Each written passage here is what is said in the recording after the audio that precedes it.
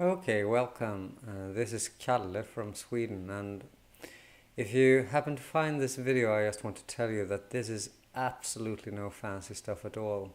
It's just a friend of mine who's studying Swedish, and she said that there's not too much material from, explaining Swedish stuff in English.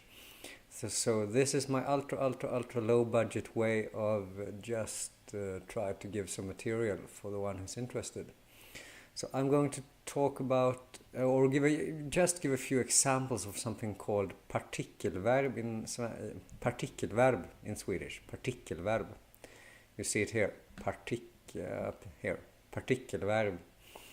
And I imagine, or I think it's called particle verbs in English. Like that. And I'm not going to do a lot of grammatical explanation, really. I'm just gonna give some examples and talk a bit about them. So we have two examples here in the beginning. It's like jag sitter på stolen, which means I sit on the chair.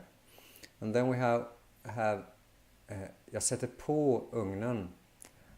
I think it's translated into I turn on the oven. I hope so.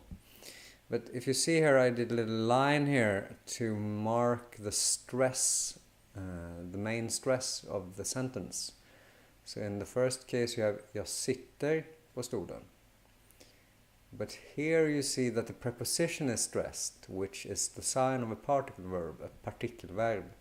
Jag sätter på ugnen. So if the verb is in a sentence like this is stressed, it's not a particle verb.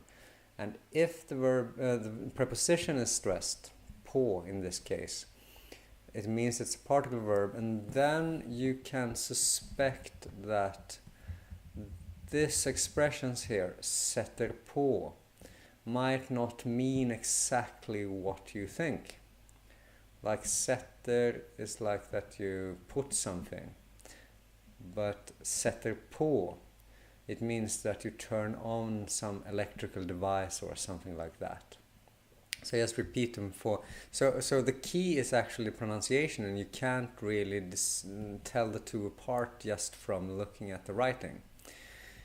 Of course, you can suspect that you are not actually sitting on the oven, so of course you can guess, but the key is the pronunciation, and I repeat it, jag sitter på stolen.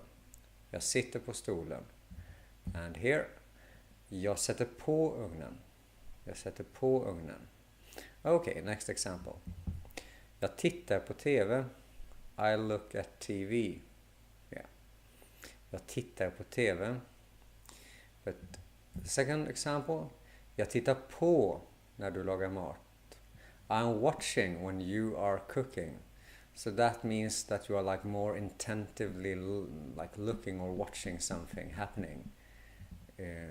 Here you are just sitting in front of the sofa watching TV, but here you are like concentratedly looking at something. You're tittar på. So once again, listen to the stress pattern. Here is the verb. Jag tittar på. Jag tittar på TV. Jag tittar på TV. And here, jag tittar på när du lagar mat. Jag tittar på när du lagar mat. Right? Last example. Jag stänger efter dig. I close the door after you, like when you're leaving. Jag stänger efter dig. So be aware of the stress. Jag stänger. Also listen that I go down a bit on that stress. Jag stänger. I go down in tone. Jag stänger efter dig. While in the second example we have jag stänger av ugnen. Jag stänger av ugnen, and that means that you turn off the oven.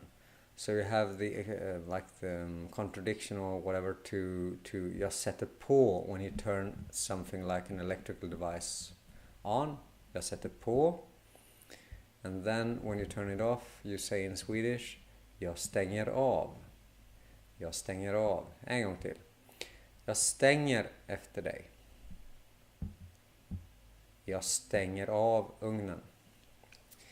Okay, and since it's really important to practice your pronunciation, I will go over everything once more, so you can just, I say it once and you have time to repeat it. Okay.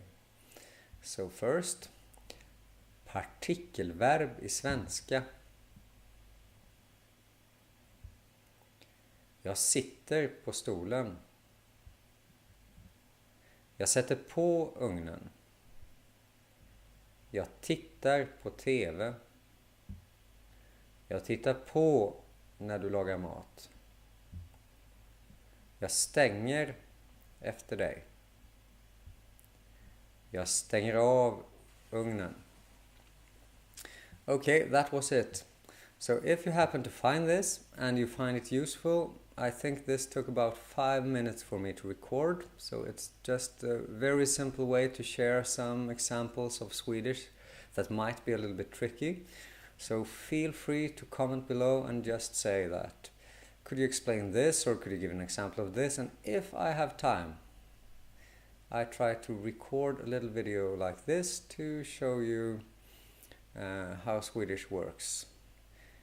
Perhaps not a lot of grammatical explanation, but just the examples so I can put you on the right track, and then you could find the knowledge or the more lengthy explanations of stuff. This is just some examples to show you a feature of Swedish that you have to look out for. So, have a nice day or evening or night or whenever you're studying your Swedish. Goodbye.